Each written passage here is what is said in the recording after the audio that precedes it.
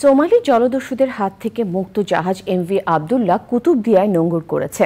দীর্ঘ প্রতীক্ষা শেষে সন্ধ্যায় দেশে ফিরে আসেন জাহাজটির নাবিকরা। মঙ্গলবার তারা যাবেন চট্টগ্রামে। বিস্তারিত জানাচ্ছেন লুৎফর রহমান সোহাগ।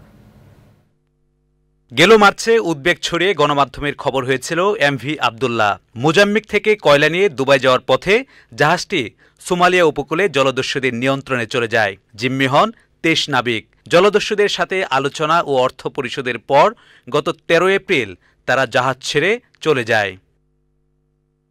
এরপর থেকেই শুরু হয় নাবিকদের দেশে ফিরে আসার অপেক্ষা। পরে দুবাই হয়ে গত ৩০ এপ্রিল বাংলাদেশের পথে রওনা দেয় এমভি আবদুল্লাহ। জাহাজে করে আনা হয়েছে ৫৬,০০০ মেট্রিক টন পাথর, যা আগামী ২ দিনে কুতুবদিয়ায় খালাস করা হবে। এরপর জাহাজটি নিয়ে যাওয়া হবে চট্টগ্রাম বন্দরে। মঙ্গলবার ভোরে জাহাজে থাকা নাবিকরা কুতুবদিয়া থেকে চট্টগ্রামের উদ্দেশ্যে রওনা দিবেন। সেদিন বিকেলে তাদের বরণ করে নেওয়া হবে কেএসআরএম এর জেটিতে। লুৎফর রহমান সোহাগ, চ্যানেল আই।